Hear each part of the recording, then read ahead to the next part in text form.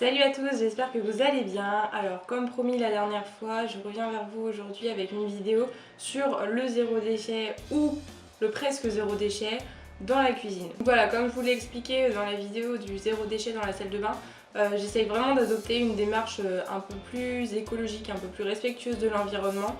Et la première chose pour moi, c'est de passer par une réduction des déchets quand on va faire ses courses, donc acheter moins de produits emballés dans du plastique, acheter plus en vrac. Voilà, vraiment tout ce genre de démarche en fait. Et donc je vais vous présenter quelques produits, quelques façons de faire plutôt pour aller faire ses courses. Donc la première chose à savoir, c'est que moi je fais majoritairement mes courses en magasin bio. Il y a plusieurs raisons à ça. Déjà la première raison, c'est que je trouve que la démarche biologique est une super démarche. Pourquoi vouloir transformer les aliments avec des produits chimiques, pourquoi vouloir cultiver de manière plus intensive. Voilà, c'est des choses qui pour moi ne sont pas nécessaires, en tout cas à mon niveau. Je sais qu'il y a des contre-arguments à l'agriculture biologique, par exemple le fait que ce soit plus cher. Alors oui, il y a certainement une différence de prix, je me suis pas amusée à comparer les produits entre grande surface classique et magasin bio. Mais j'entends qu'il y a certainement une différence de prix. Cela dit, je préfère personnellement mettre un peu plus cher dans des produits qui sont la plupart du temps cultivés dans un rayon de kilomètres assez restreint. C'est pas des produits qui viennent de l'autre bout du monde, donc l'empreinte écologique est réduite. C'est des produits qui sont cultivés sans pesticides évidemment. Et on a une démarche aussi éthique et sociale derrière les marques qui sont dans les magasins bio qui est très intéressante. Et encore une dernière chose au niveau du prix, peut-être que les produits que vous achetez en grande surface sont moins chers que les produits qu'on achète en magasin bio, mais le fait de se dire ok, les produits sont peut-être plus chers, on fait vraiment attention à sa consommation, on achète des quantités plus raisonnables et on évite aussi le gaspillage de cette façon quoi. Je vais pas acheter je sais pas moi 30 bananes parce qu'elles coûtent que dalle. Je vais en acheter peut-être 5, une pour chaque jour de la semaine, mais comme ça je suis sûre d'en jeter aucune. Et de la même façon, je vais réfléchir à deux fois avant d'acheter quelque chose qui me fait envie. Et là, on n'est plus dans la démarche vraiment écologique, on est plus dans la démarche par régime, mais faire attention à sa ligne et tout ça.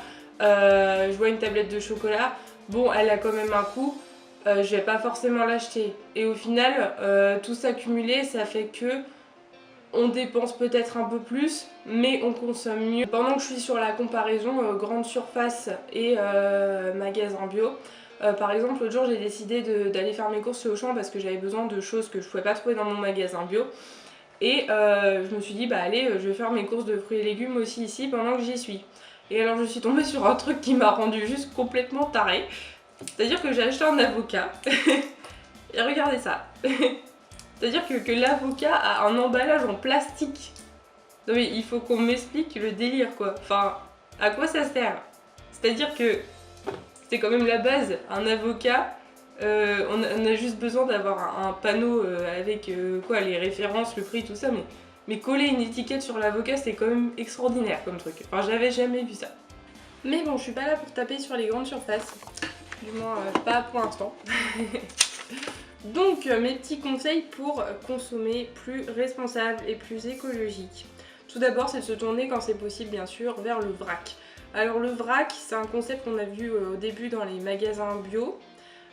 Donc en fait l'idée c'est que plutôt que d'acheter son paquet de lentilles emballé dans du plastique et pour 1 kg par exemple de lentilles, on va venir soit avec son petit pochon à nous, soit que sur place il y a des petits pochons en papier craft comme ça. Et donc en fait on va se servir directement dans des espèces de grands réservoirs de lentilles et autre chose, enfin vraiment il y a toutes les légumineuses, des pâtes, il y a vraiment énormément de choses dans ces rayons vrac. Et donc on va venir se servir de la quantité qu'on veut et donc on paye vraiment que le produit et pas l'emballage. Et donc comme il n'y a pas d'emballage, et il n'y a pas de plastique et c'est plus cool pour la planète. Et ça c'est top. Donc ça existe en magasin bio, ça existe aussi dans les grandes surfaces. Ouais, ça existe dans les grandes surfaces. Donc une fois qu'on a acheté ces petits produits en vrac, il faut les stocker chez soi. Donc là il y a deux solutions que je vois. Au début, quand on se lance comme ça dans le zéro déchet, je conseille soit d'acheter des bocaux, donc comme ça. Ça s'achète, genre je crois que je les ai achetés chez Ikea. Donc c'est du verre, ça n'altère pas la qualité des produits et ça les conserve super bien. Soit, encore mieux, quand on achète par exemple là c'est de la compote mais j'en sais rien, des plats cuisinés parce que c'est pas évident non plus d'acheter des produits en vrac, tout n'existe pas en vrac quoi. Si j'ai envie d'acheter des légumes de couscous typiquement je vais avoir du mal à les prendre en vrac comme ça, bref, voilà. Donc quand on achète de la compote ou autre chose ou des boîtes, des bocaux de n'importe quoi, et ben on garde des bocaux. Genre c'est tout con mais enfin c'est du verre, ça se garde, ça s'altère pas et on met ce qu'on veut dedans quoi. Enfin, là je vais vous montrer une petite vidéo de mon épicerie chez moi, enfin du placard qui me sert d'épicerie entre guillemets. C'est blindé de pots, genre je garde tous mes pots.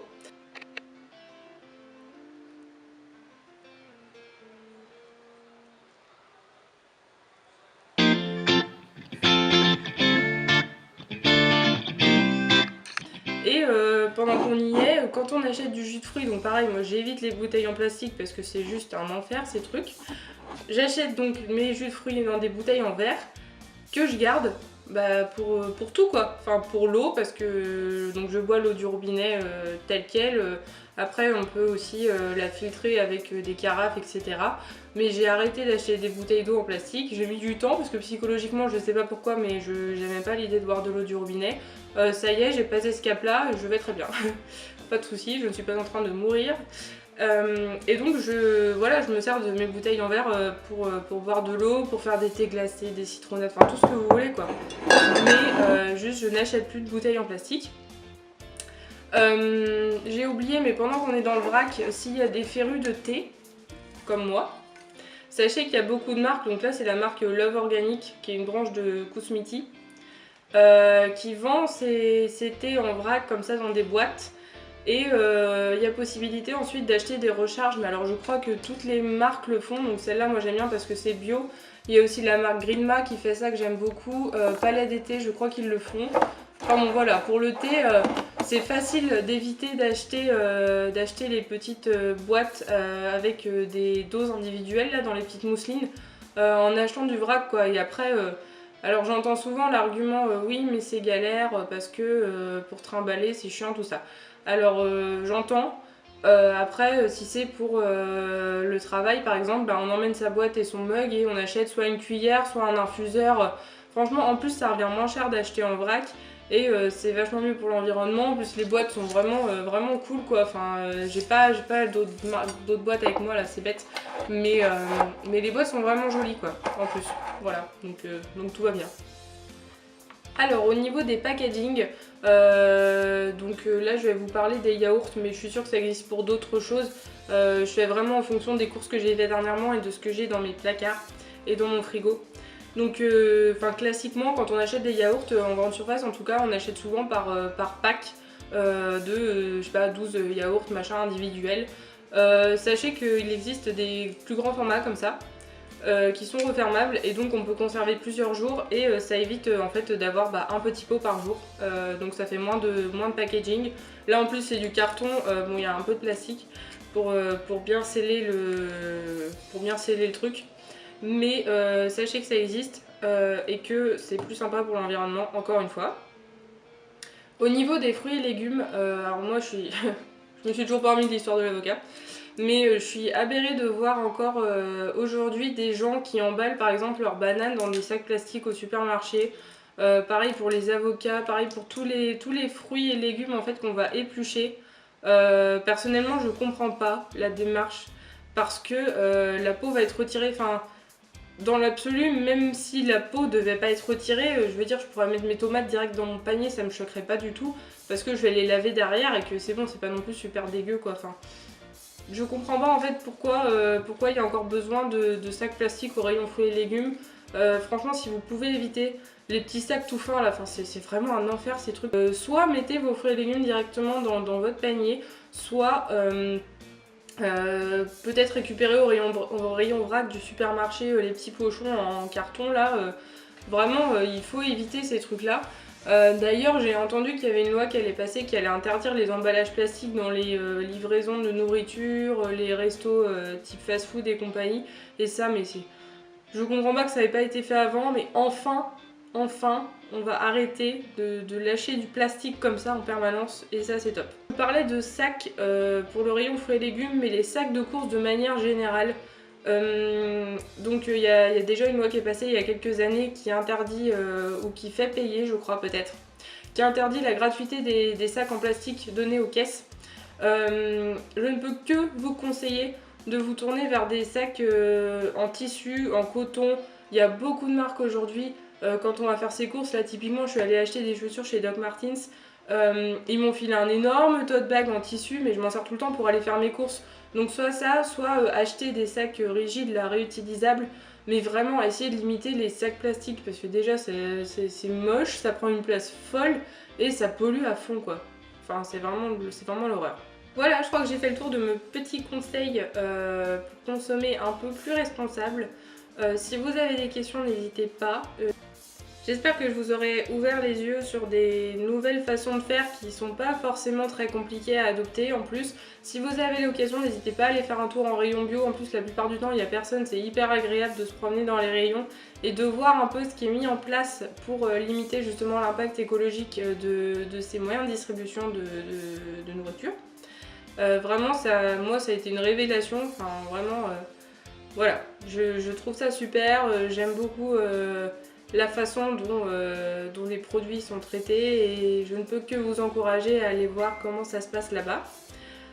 Sur ce, je vous souhaite une bonne semaine. Je vous dis à la prochaine vidéo. Allez, bye!